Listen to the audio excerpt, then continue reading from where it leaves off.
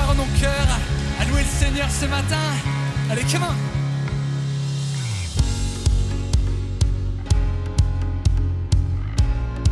Comme bien plus nombreuses.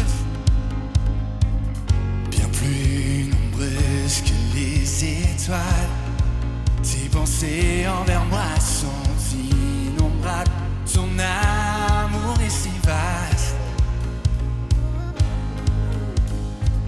sans aucune once de variation, brillant dans l'éclat de ta perfection. Ton amour est sans faille. Tu captives mon cœur avec ta bonté hors du commun. Je délaisse mes peurs pour m'abandonner entre tes mains. Oh Dieu, ton amour ne peut pas s'épuiser. Ta grâce surpasse ma pensée. Mon cœur déborde de ta bonté. et c'est toi Qui m'a ramené à la vie. Alors avec tout ce que je suis, sans rien retenir, je t'adore.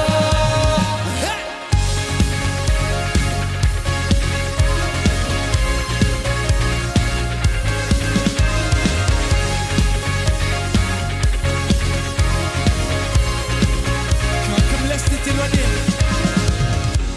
Laisse t'éloigner de l'Ouest. Tu écartes mes fautes dans ta tendresse. Tu restes à mes côtés.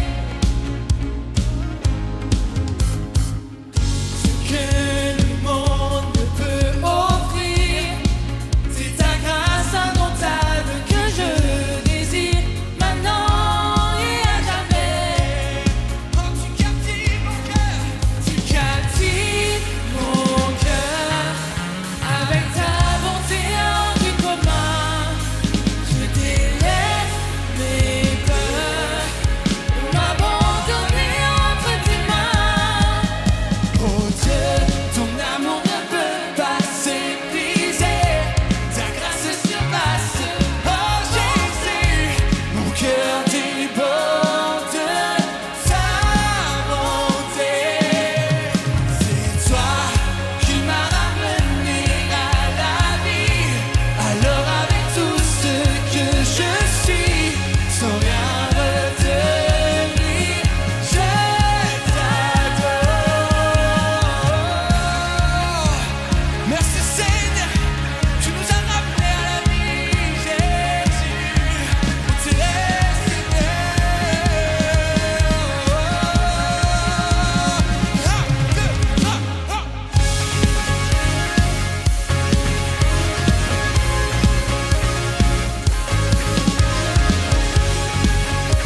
Jésus, oui c'est toi.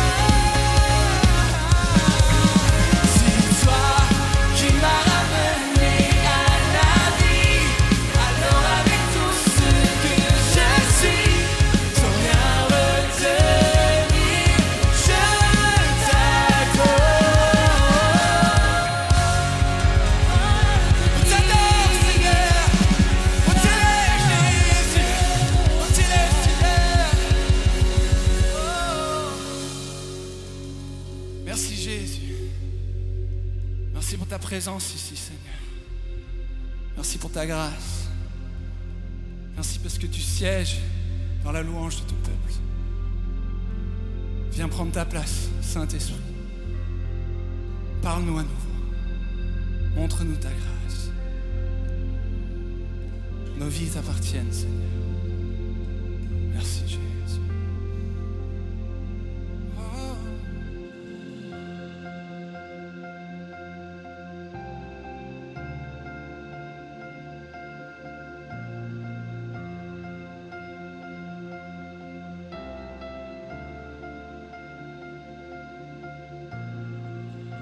Si l'amour a souffert la croix, combien précieux son sang pour moi. beauté des cieux vêtue de ma honte. Cet amour parfait m'aura ma place. Ses plaies témoignent de son amour. Quelle joie voyait-il mourant pour moi. Pour garder mon cœur, il s'est offert. Si merveilleux, si glorieux,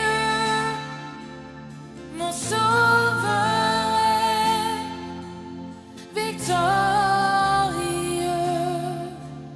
brisant mes chaînes, il prit ma place, m'offrant la vie de grâce en grâce.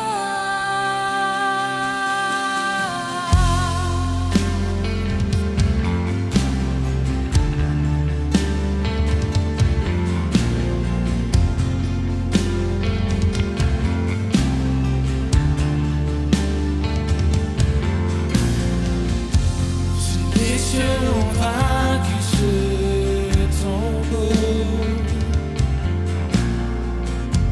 combien grand est l'espoir en ton nom. Cette passion qui a dépouillé l'enfer, cette promesse qui a fait rouler la pierre. Si notre liberté valait ta vie, pour me pardonner, auquel grand prix. Oh Jésus, par amour tu as tout payé. Si merveilleux, si glorieux, mon sauveur est victorieux, brisant mes chaînes, il prit ma place,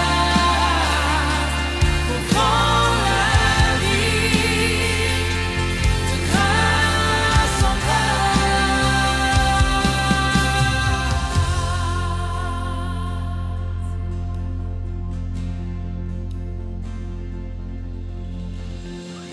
C'est par la croix que je suis libre. C'est par ta mort que j'ai la vie. Jésus, à jamais je veux chanter les merveilles de ta grâce. C'est par la croix que je suis libre. C'est par ta mort que j'ai la vie. Jésus, à jamais je veux chanter. Chantons de tout notre cœur, Église. Hey! C'est par la croix que je suis libre. C'est par ta mort que j'ai la vie. Jésus, à jamais je veux chanter les merveilles de ta grâce. C'est par la croix que je suis libre. C'est par ta mort que j'ai la vie. Jésus, à jamais je veux chanter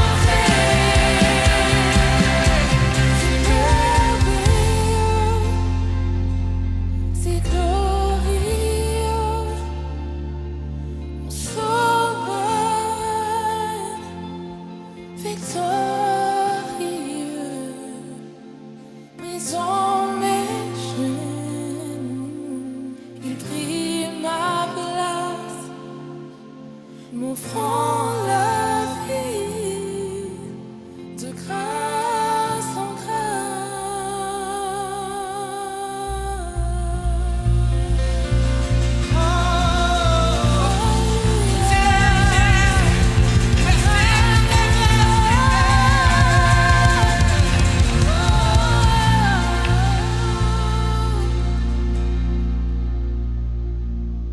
Seigneur Père, on donne toute la gloire ce matin alors que nous commençons. Merci car tu es la source de la vie. Aucune chaîne a de la puissance et de la capacité en ta présence, Seigneur Père. On te remercie pour ta grâce.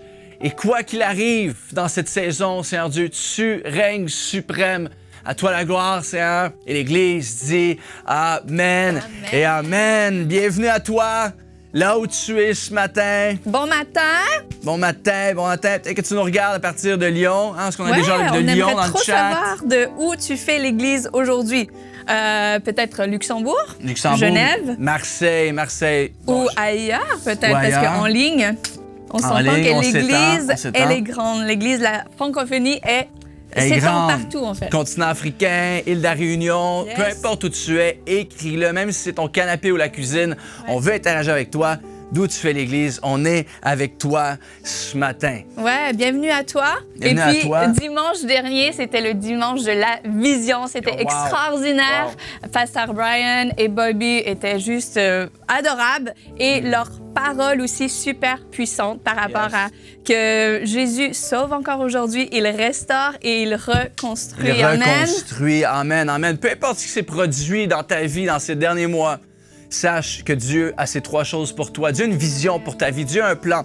Dans 1 Jean, au chapitre 5, verset 4, c'est dit ceci, « Car tout ce qui est né de Dieu triomphe du monde. Et la victoire qui triomphe du monde, c'est notre foi. Ce monde ne te définit pas. Ta saison ne te définit pas. Dieu te définit. La victoire a déjà été acquérie. Et alors que tu es présent ici, tu nourris ta foi. Et laisse-moi dire que la victoire t'appartient. Tu peux triompher dans cette saison. Amen. Et on veut justement déclarer pour chacune des sujets de prière, que ce soit à Lyon, que quelqu'un essaie de trouver une alternance, quelqu'un à Massy qui veut réussir son concours par rapport à toutes ses études d'infirmière. Il y en a d'autres qui recherchent des stages en banlieue nord. Il y en a d'autres qui veulent prier pour leur opération à Genève qui s'en vient.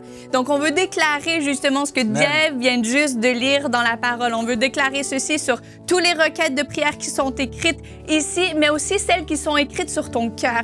Donc, on veut prier pour toi aujourd'hui, que tu aies envoyé ton sujet de prière ou pas. On veut déclarer ensemble aujourd'hui. Donc, Seigneur Dieu, je te remercie pour qui tu es. Je te remercie pour ta parole, Seigneur Dieu, qui est encore vraie aujourd'hui. Je te prie, Seigneur Dieu, de sauver, de restaurer et de reconstruire en ce moment même chez chacun, en fait, dans l'Église au complet, peu importe où ce qu'on se trouve, Seigneur Dieu, que tu puisses agir maintenant dans le nom de Jésus. Et on te remercie d'avance pour tout ce que tu vas faire. Amen. Amen. Amen et amen. Amen, amen. Parlant de tout ce qu'il va faire, Dieu agit. Dieu agit présentement. Yes. Dieu agit présentement dans ta vie, même lorsque tu ne le vois pas. Et on a des sujets de remerciement ici, plusieurs sujets de remerciement, mais je vais aller directement, bien sûr, sur Paris, Paris. Yes. Nous avons sorti un album de musique chrétienne en famille, un sujet de remerciement ici. Incroyable, en famille, un album. Super. J'espère que ça va cartonner. On prie pour toi, on est avec toi. Une amie qui est tombée enceinte à Lyon après de nombreuses prières. On te comprend, nous avons été là. Dieu est incroyable. Dieu répond là où tu es. Est-ce qu'on peut remercier le Seigneur ensemble pour son action aujourd'hui en 2021 alors qu'il triomphe? Amen. Amen. Amen. Eh bien, quelques annonces. Yes. Quelques Plusieurs annonces. Yes, donc on a eu annonces. deux annonces. Deux annonces, c'est simple aujourd'hui. Deux annonces. On a eu le dimanche de la vision et le 24 février. Marque-le sur ton cœur même. Hein? Tu peux l'écrire sur ton cœur. Hein? Cœur et âme arrive mercredi 24 février. Et c'est vraiment un moment où est-ce qu'on regarde ensemble. Bien sûr, on a vu la vision, dimanche de la vision, mais là, vraiment plus spécifique. La vision pour la francophonie, France, Luxembourg, Suisse. Ce que Dieu veut faire dans ces prochains jours, prochains mois. Et je crois vraiment qu'il y a une parole pour toi au travers de tout ça. Et ça sera plus personnel que jamais, hein? Spécifique et personnel. Ça sera sur Zoom. Donc, je t'invite à y être mercredi 24 février. Et aussi, les filles, notez dans votre calendrier les dates le 12 13 mars, on a Conférence Color qui s'en vient. On va célébrer ensemble le 25e anniversaire de Color Conference. 25 ans. Donc, ça va être extraordinaire. Il y a des invités spéciaux qui vont être là. Je sais que tu vas être béni. Mais avant d'en dire plus, on regarde ensemble la promo.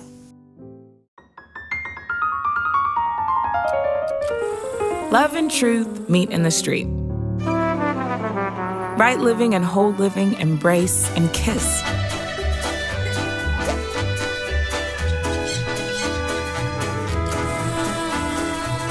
Truth sprouts green from the ground. Right living pours down from the skies. Oh yes, God gives goodness and beauty. Our land responds with bounty and blessing. Right living strides out before him and clears the path for his passage. And color? What's not to love about color? What's not to love about story? The human story. Its depth, diversity, imperfections, beauty. What's not to love about the tints and hues of goodness? God's goodness, weaving its way into the tapestry of lives. What's not to cherish, hold dear, hold holy? Daughters finding their way home, mercy with truth, grace with freedom, justice, value, dignity, purpose, all in splendor. So yes, our world looks different. Your world looks different. My world looks different. It all looks different. Masks and limitations, empty spaces, restless souls, uncertain times and times of uncertainty. But we are still here. We still are. We still believe. We still value. The whisper hasn't changed, and the kiss remains. Mercy's kiss, heaven's kiss. The kiss that says we are not alone, and that together we can still make this world a better place. Our gathering in 2021 looks different. But our stance, our faith, our joy, our mandate, as women alive for such a time as this, will go from strength to strength to strength.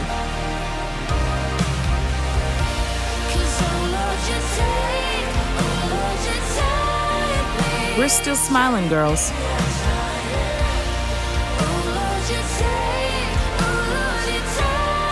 The journey continues.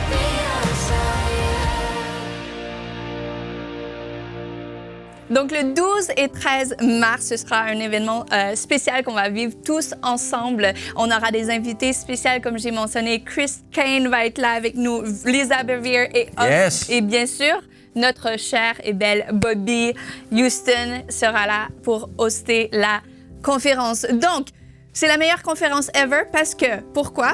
On va pouvoir rester en pyjama, faire nos ongles en même temps, manger du chocolat. Peu importe comment tu veux regarder la conférence, tu vas pouvoir le faire à partir de chez toi, le confort de chez toi. Donc, ça va être vraiment un moment génial où ce que tu vas être béni. Et j'ai hâte de t'y voir, sincèrement. Vraiment hâte de t'y voir. Je suis pratiquement jaloux. Les gars, on se retrouve tous chez Jonathan Mercier. Il va faire le barbecue pour tous les gars de la francophonie. Yes! Ah, ça va être énorme. Et les filles, allez hop chez nous. Super, super. Vraiment, si tu as l'opportunité de te connecter, même si tu es un gars, je t'invite à espionner, ça vaut la peine. Color, c'est toujours énorme. Et puis, on a l'offrande qui arrive. On va prendre un moment, parce qu'on vient devant Dieu, un moment de générosité avec notre cher Gaël. Et juste après, immédiatement après, le message, sois prêt, prends des notes avec notre cher Jonathan Mercier. Merci David et Andréel, et bonjour Église. Alors, dans ce temps d'encouragement dans les finances, voilà, je t'encourage simplement à rester connecté. Ne va pas dans ta cuisine te refaire un café, ne va pas sur Instagram pour regarder ce que les autres font en ce moment. Non, reste connecté. Pourquoi? Parce que je crois sincèrement que dans ce moment sur les finances, Dieu a un message pour toi. Et en le préparant, je pensais vraiment à ce passage qui est le verset dans Matthieu 6, 21. Vous avez ce verset qui dit car là où sera ton trésor, là aussi sera ton cœur. Là où est ton trésor, là aussi sera ton cœur. Et je crois que c'est un verset central sur cette thématique. Et je crois que Dieu veut nous dire deux choses en fait, deux clés pour nos vies. La première, c'est un principe très simple, on l'a lu. Là où est ton trésor, là sera ton cœur. Donc si tu veux savoir où est le trésor de Gaël, en fait tu ne regardes pas à ma façon de parler, ma façon de servir à l'église, ma façon de m'habiller, quoique, mais tu regardes à mon relevé bancaire. La réalité que Dieu veut nous donner là, c'est que les finances sont un vrai révélateur de là où nous mettons vraiment notre cœur. Et la deuxième chose que Dieu nous donne à travers ce passage, c'est un message. Et le message, il est simple et profond. C'est un message d'amour. Dieu veut ton cœur. En fait, à travers ce passage, Dieu nous dit d'abord qu'il nous aime et il nous a d'abord tout donné et qu'il sait que notre cœur est au centre de nos vies. C'est-à-dire qu'il ne veut pas que notre cœur soit possédé par les choses qui sont dans ce monde, les choses qui sont autour de nous. Au contraire, il veut que notre cœur soit accessible. Et en fait, Dieu, il recherche ton cœur. Au travers de tes finances, Dieu veut accéder à ton cœur. Et je voulais simplement t'encourager aujourd'hui à réfléchir à cela, à réfléchir aux finances comme une partie concrète de ta vie et comme une partie de ta vie spirituelle. Et je veux simplement nous encourager à redonner à Dieu la souveraineté dans nos finances. Pourquoi? Parce qu'en réalité, tu pourras accéder au cœur de Dieu et Dieu pourra accéder à ton cœur. Donc j'espère que tu as été encouragé par cela et que tu vas pouvoir continuer à grandir dans ta foi et dans ta relation avec Dieu. Et nous allons regarder une vidéo pratique et tout de suite après nous plonger dans le message et dans la parole de Dieu. À bientôt Église. Donner en ligne, c'est simple, rapide et sécurisé. Voici comment. Visitez hillsong.fr/donner ou cliquez sur le bouton « Donner » si vous nous rejoignez pour l'église en ligne. Saisissez le montant de votre offrande et votre numéro de portable ou votre email. Si c'est votre première fois, nous vous enverrons un code de vérification. Vous pouvez également activer un don récurrent en cochant la case. Entrez les détails de votre carte et c'est terminé. Merci d'investir dans la vie des autres.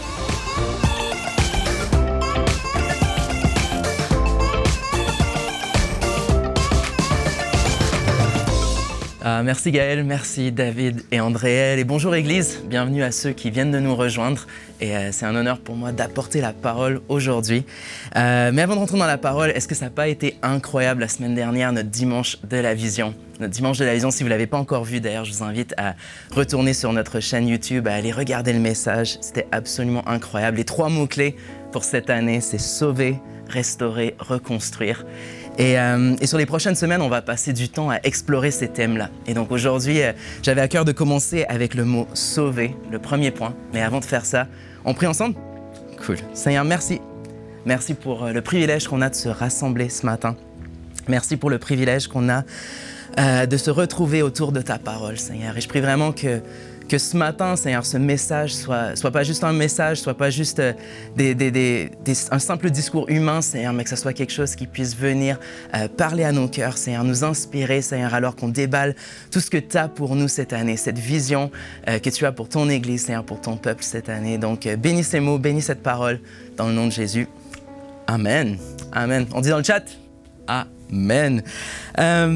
Une des thématiques qui me tient à cœur depuis quelques temps, et on a commencé à l'explorer avec notre équipe créative, c'est celui de l'exil.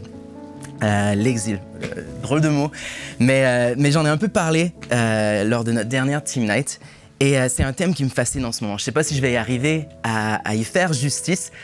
C'est un gros thème dans l'Ancien Testament, mais grosso modo, si vous deviez parcourir l'Ancien Testament, vous verriez à quel point ce sujet de l'exil revient encore et encore. C'est des moments où Israël, le peuple de Dieu, ils deviennent captifs à des peuples étrangers et ensuite ils sont forcés en exil. Parfois cet exil, c'est qu'ils sont déportés ailleurs et parfois ils sont exilés dans leur propre pays. Mais l'histoire, c'est toujours ça, c'est que Dieu il vient secourir son peuple, il vient sauver son peuple. Et comme on l'a vu la semaine dernière, Dieu sauve, il restaure et ensuite il reconstruit. Vous connaissez peut-être l'histoire du premier exil dans la Bible, c'est celui dans le livre d'Exode, où le peuple d'Israël est captif en Égypte. Et donc pendant de nombreuses années, ils sont maltraités, ils sont esclaves, jusqu'à ce que Dieu vienne les sauver au travers de son serviteur Moïse. Mais ce matin, ce que je voulais faire, c'était parler d'un autre exil dans la Bible, une autre histoire. Et Pasteur Brian y a fait allusion justement dans son premier point la semaine dernière, quand il a parlé de rescue, de sauver, et c'est l'histoire de Daniel. Et pour ceux qui ne connaissent pas l'histoire, donc Israël était en captivité à Babylone et Daniel était l'un des exilés du pays de Juda. Et il avait défié l'ordre de ne pas prier aucun autre Dieu que le roi et il a risqué la mort par cet acte de défiance. Et on l'a jeté à la fosse aux lions. Et le verset qu'on a lu la semaine dernière, c'était Daniel chapitre 6, verset 28. Parlant de Dieu, ça dit qu'il sauve, il délivre, il accomplit des signes extraordinaires et des prodiges dans les cieux et sur la terre.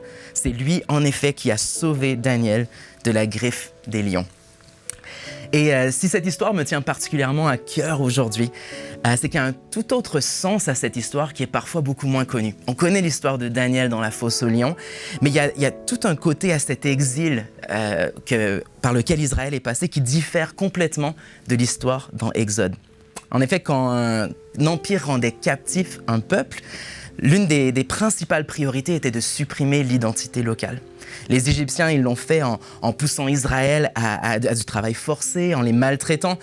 Mais Babylone l'a fait d'une manière beaucoup plus subtile. Et on va l'explorer ce matin. Je ne sais pas si ça vous intéresse. En tout cas, moi, ce thème me fascine. J'espère que vous aussi. Mais de manière générale, l'enjeu central pour le peuple de Dieu, pour Israël, peu importe l'exil, c'était cette idée de préserver l'identité juive. L'identité juive, peu importe ce à quoi ils faisaient face, c'était de préserver leur identité alors qu'ils étaient en exil.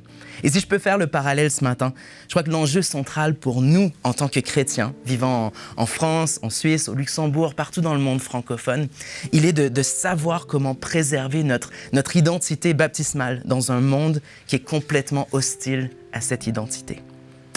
Et alors que j'écoutais Pasteur Brian la semaine dernière, c'est une des choses que j'ai sincèrement senti que Dieu veut sauver, c'est justement, il veut secourir notre identité en tant qu'enfant de Dieu. Donc, si vous prenez des notes, ce matin, je vous encourage à le faire. Le titre de mon message, c'est « Une église en exil ». Une église en exil. Et donc ce matin, 3 points, parce que tous les bons messages se font en 3 points. 3 points sur comment préserver notre identité, comment être l'église en exil. Vous pensez que ça peut nous aider? Yes, cool. Première clé, premier point pour être l'Église en exil, pour sauver notre identité en tant qu'enfant de Dieu, c'est de développer un discernement culturel. Développer un discernement culturel. Comme je l'ai déjà dit, quand un empire rendait captif un autre peuple, l'une de leurs principales priorités était de supprimer l'identité locale. Les empires, ils dominent de force les nations les plus faibles. Souvent, ils le font d'une manière militaire, avec la force. Mais dans le cas de Babylone, ces tactiques s'étaient accompagnées par une stratégie coloniale qui était déployée pour transformer la langue et transformer la culture du peuple conquis. Dans Daniel chapitre 1, c'est notre texte pour ce point, on voit que l'ordre est donné de ramener quelques-uns des hommes les plus sages, les plus intelligents du peuple d'Israël, afin de pouvoir les instruire dans les voies du peuple babylonien. Donc, si vous avez votre Bible ce matin, tournez dans Daniel chapitre 3, versets 1 à 7. Le roi Nabuchodonosor ordonna au chef de son personnel, Aké-Pénaz, je pense que c'est comme ça que ça se dit, de choisir parmi les Israélites quelques garçons de la famille royale ou de famille noble. Ces jeunes gens ne devaient présenter aucun défaut physique, avoir une belle apparence et être remplis de sagesse, de connaissance et de discernement, afin d'être capables de servir le roi dans son palais. On leur enseignerait la littérature et la langue des Babyloniens. Le roi prescrivit qu'on leur fournisse chaque jour la nourriture et le vin de la table royale et qu'on les instruise pendant 3 ans. À la fin de cette période, ils entreraient au service du roi. Parmi les Juifs qui furent choisis se trouvaient Daniel, Anania, Michaël et Azaria. Le chef du personnel royal leur donna de nouveaux noms. Daniel reçut le nom de Beltéchassar, Anania celui de Shadrach, Michaël celui de Méshach et Azaria celui d'Abed-Négo. 3 choses qui ressortent dans ce passage. 3 choses qui ressortent par rapport à la culture babylonienne. Au verset 4, on voit qu'on leur enseigne la littérature et la langue des Babyloniens. Ce que ça représente ici, c'est une nouvelle éducation, une nouvelle manière de voir le monde. Au verset 5, on leur fournit chaque jour la nourriture et le vin de la table royale. Et vous savez, quand on parle du jeûne de Daniel, on parle des légumes. Et il ne s'agit pas juste du fait que c'était de la viande et que c'était de la nourriture confortable. Mais en fait, c'était le fait que c'était de la nourriture qui était considérée impure selon les coutumes juives. Donc c'était pour Israël, pour Daniel et ses compagnons, c'était une occasion de chute. Et au verset 7, on voit qu'on leur a donné de nouveaux noms. Donc une nouvelle identité. On les a renommés. Leurs noms avaient une part de Dieu. Chacun de leurs noms parlait du Dieu d'Israël, mais les nouveaux noms qui leur étaient donnés parlaient des dieux babyloniens. Et donc c'est facile de lire l'histoire de Daniel, lire l'histoire de ses amis qui étaient lancés dans le feu, de voir l'histoire de Daniel dans la fosse au lion et de passer à côté du pouvoir endoctrinant de la culture babylonienne. Babylone, dans la Bible, c'est présenté comme une culture qui est contraire au plan de Dieu. Une société qui se glorifie, mais dans son orgueil, sa puissance, son prestige et ses plaisirs. Je lisais un livre récemment qui décrivait notre monde moderne comme une Babylone numérique. Un monde où l'orgueil et la promesse de la puissance, du prestige, du plaisir est accessible au clic d'une souris. Et c'est pourquoi il est important pour nous de reconnaître la culture qui nous entoure. Ce même livre disait que beaucoup de parents, beaucoup de pasteurs préparent de jeunes chrétiens pour Jérusalem, pour un monde où Dieu est au centre, en les gardant protégés, alors que c'est un monde dans lequel on n'habite plus. Et il faut reconnaître que nous ne sommes plus à Jérusalem, mais nous sommes à Babylone. Et avec ma femme récemment, on était au magasin parce qu'on vient d'acheter un appartement et on se prépare à bientôt déménager. Et une des choses qu'on regardait, c'est les éléments de décoration. Et avant de me marier, j'ai vécu en coloc avec plusieurs gars, donc le concept de décorer un appart, c'est quelque chose de très nouveau pour moi.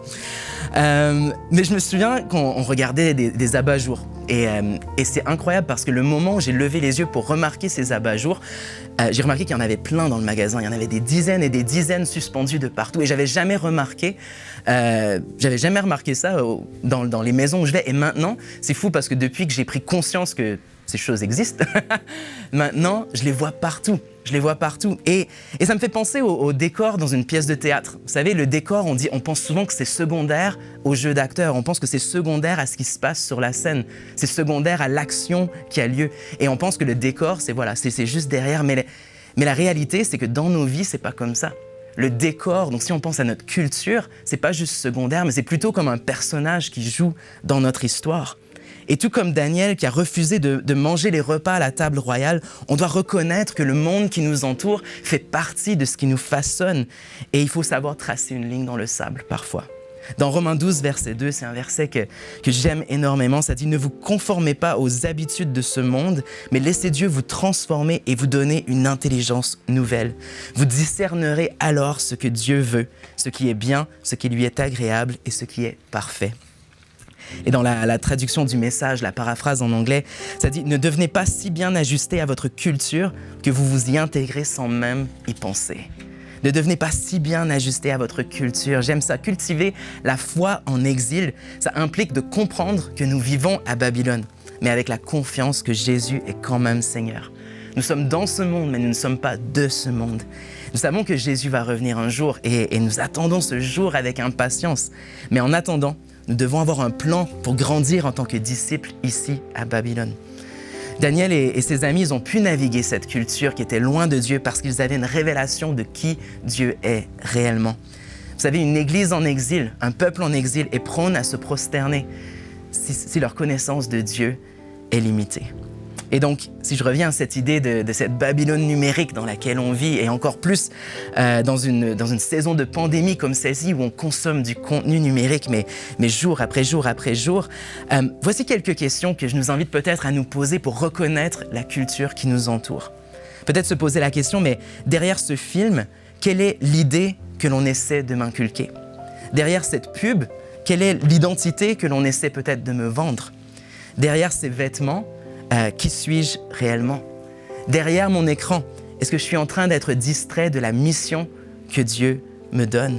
Et derrière mon confort, derrière les choses confortables, où est Dieu dans le décor? Au milieu de l'exil, je crois sincèrement que Dieu veut sauver notre identité en tant que ses enfants. Amen? Amen. Donc ça, c'était mon premier point. Le deuxième point pour préserver notre identité alors que nous sommes cette Église en exil, c'est de reconnaître l'importance de la communauté. Au chapitre 2, donc si on passe au chapitre 2 dans l'histoire de Daniel, on tombe sur cette histoire que vous connaissez peut-être. C'est l'histoire où le roi de Babylone, le roi Nabuchodonosor, il fait un rêve qui le tourmente. Et il demande en fait à tous les sages, tous les magiciens, les sorciers, les astrologues de son royaume de non seulement lui révéler l'interprétation du rêve, mais il leur demande de lui révéler le rêve en lui-même.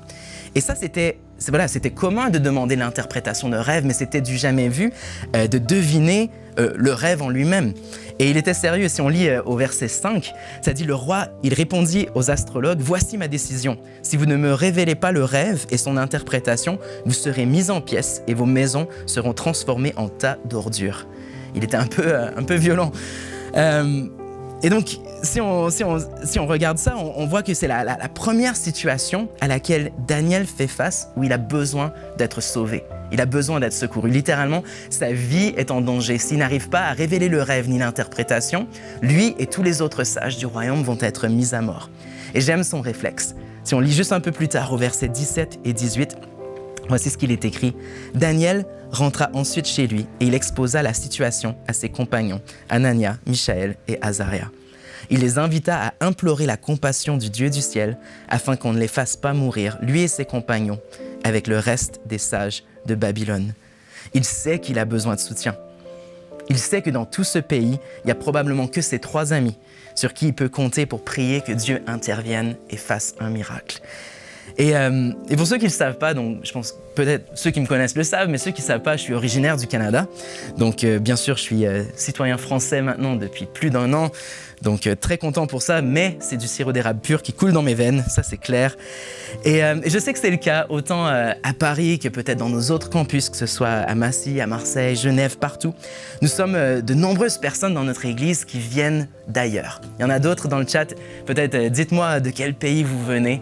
Donc moi je viens du Canada et il y a un phénomène incroyable que je remarque et je pense que mes amis expatriés, vous allez comprendre, mais c'est ce moment où quand on est en France, où on est dans le pays où on vit et on rencontre quelqu'un d'autre qui vient de notre pays.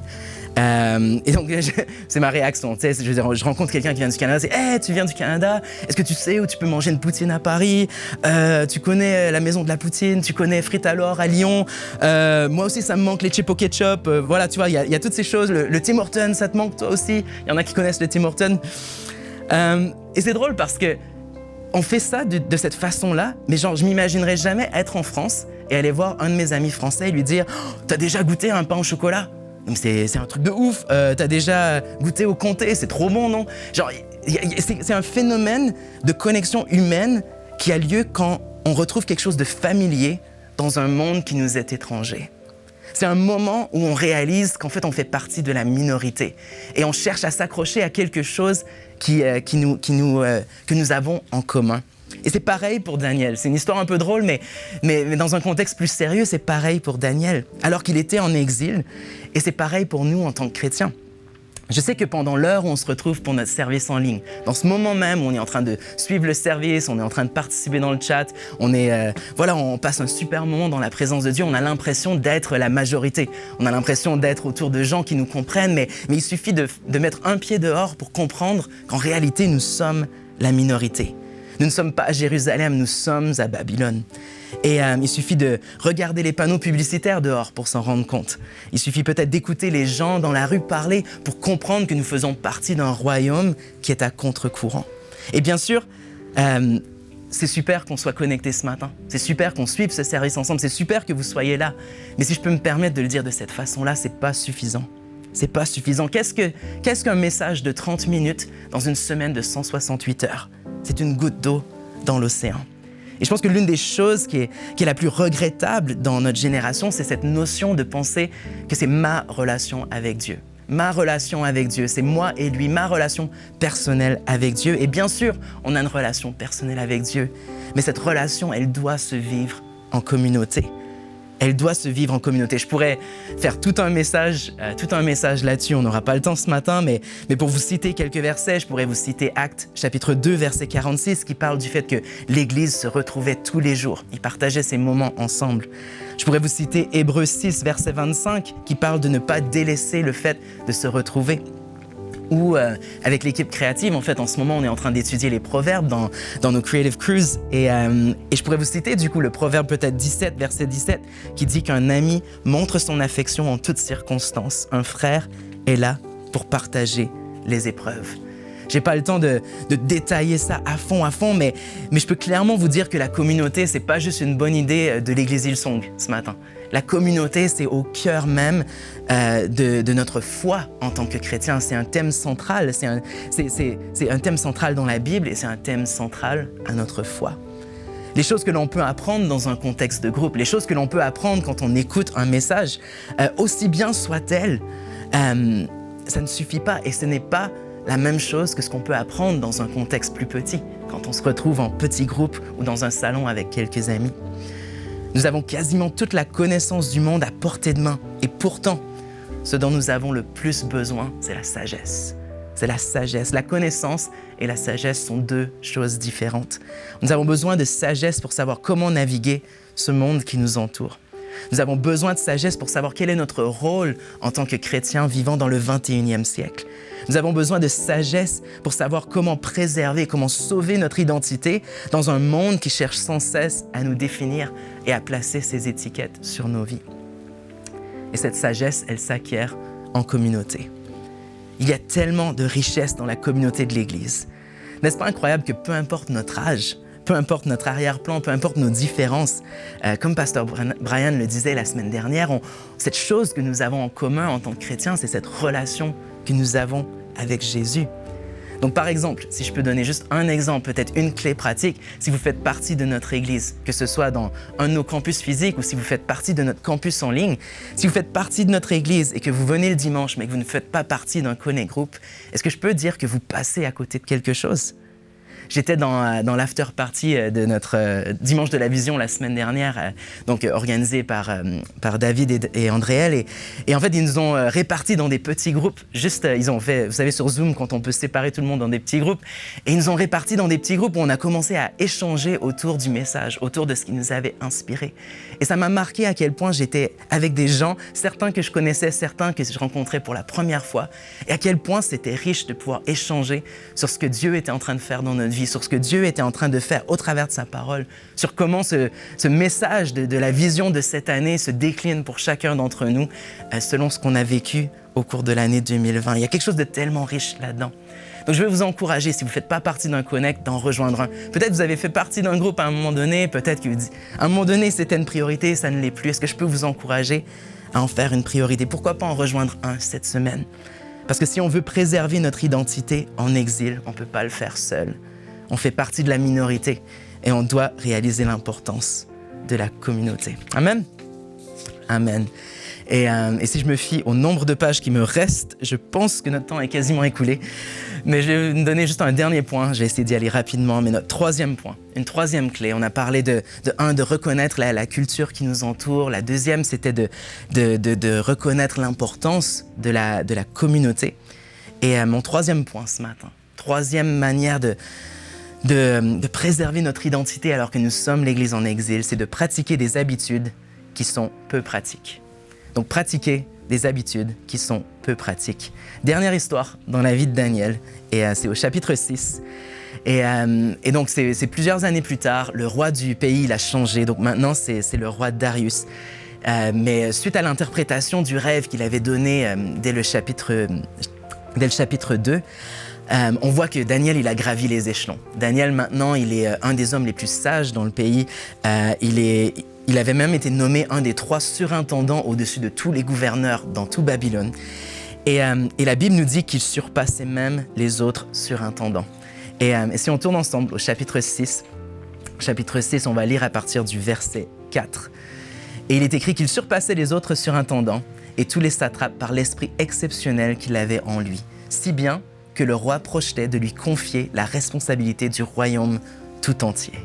Combien d'entre nous savons que ça devait peut-être pas plaire à d'autres personnes.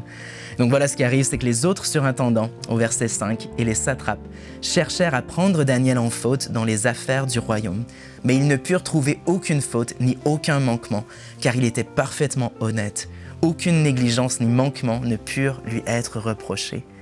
Ces hommes se dirent donc, nous n'aurons aucun motif pour accuser Daniel, à moins de trouver quelque chose en relation avec la loi de son Dieu. Donc, si on lit un peu la suite de l'histoire, on voit qu'ils n'arrivent pas à blâmer Daniel pour quoi que ce soit. Il est irréprochable. Déjà, j'aime ça dans la vie de Daniel. J'aime penser qu'il était irréprochable, qu'il avait une conduite, mais devant Dieu, devant les hommes qui étaient purs.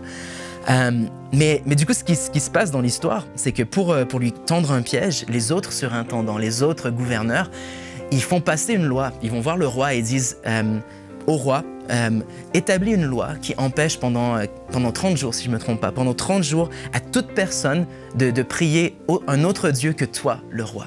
Et le roi, voilà, il dit, bon, ça me semble une bonne idée. Donc, il établit cette loi.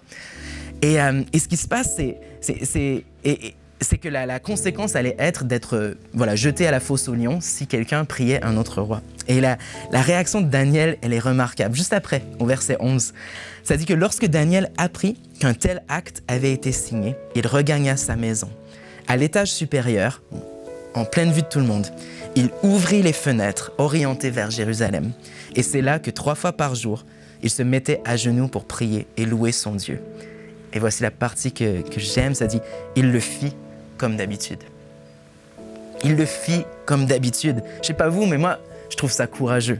Je trouve ça courageux parce que quand j'étais plus jeune, je pense qu'il y en a d'autres qui vont comprendre, mais moi j'avais tellement la honte quand on allait au restaurant, par exemple. C'était une chose tellement simple, mais mes parents voulaient qu'on prie avant de manger le repas. Donc on est au restaurant, à la vue de tout le monde, et inévitablement, c'était toujours ce qui se passait. C'était que voilà, l'assiette arrivait, le plat arrivait, on est prêt à manger, mes parents, on va prier ensemble, et inévitablement, la serveuse arrive et elle propose de remplir nos verres d'eau, elle nous demande si tout se passe bien, et on est toujours là, les yeux fermés, moi toujours avec un œil ouvert pour voir ce qui se passe autour.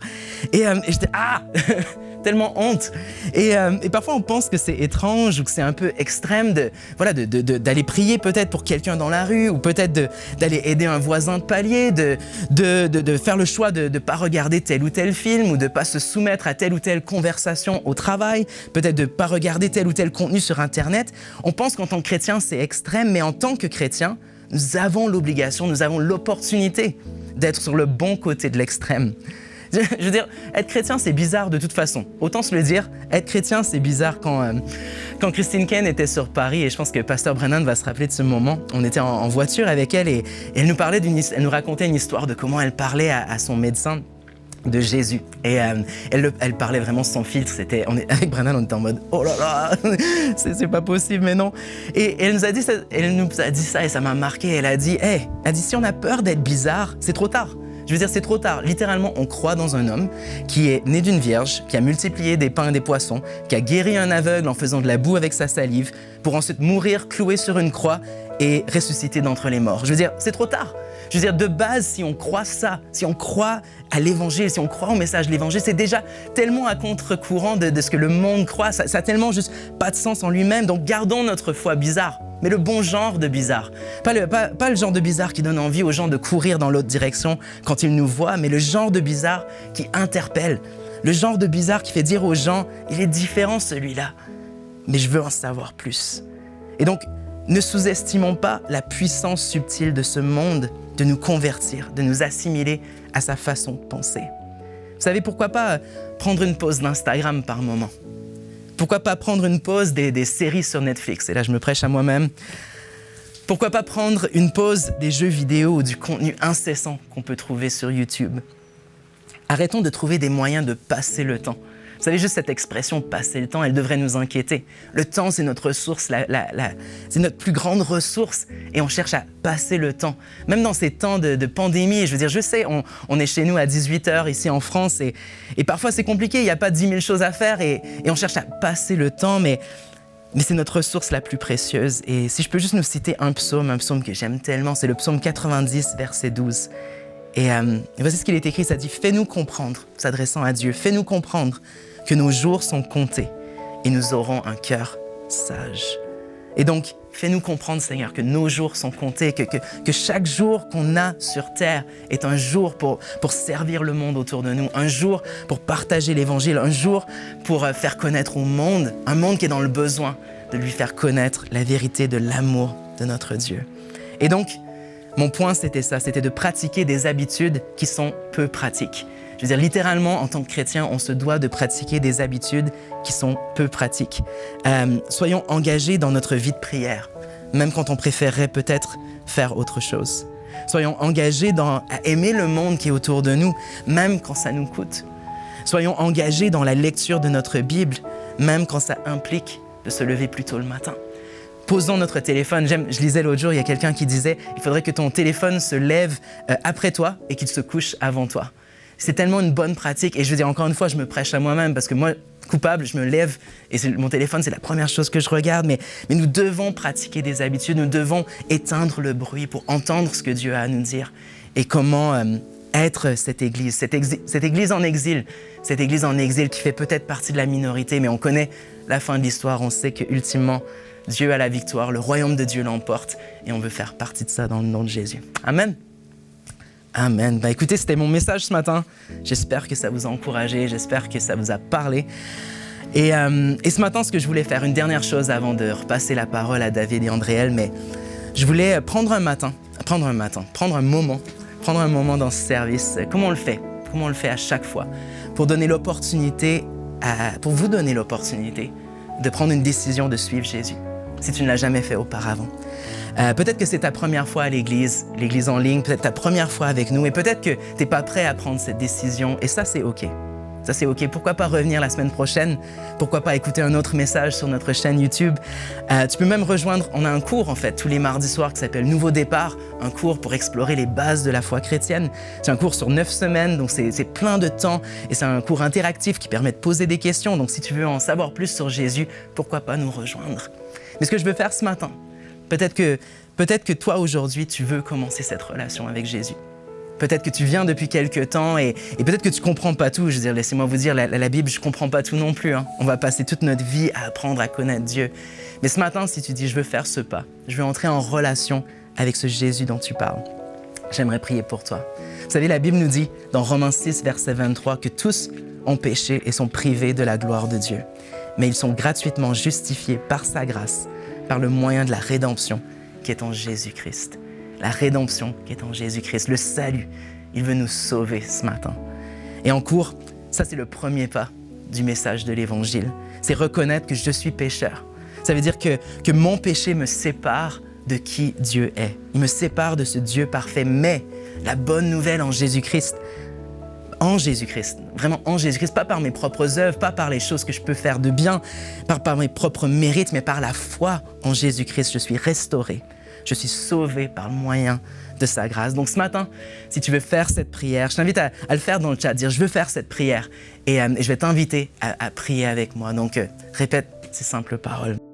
Père éternel, merci d'avoir envoyé ton Fils Jésus mourir à la croix et ressusciter d'entre les morts pour me pardonner de tous mes péchés.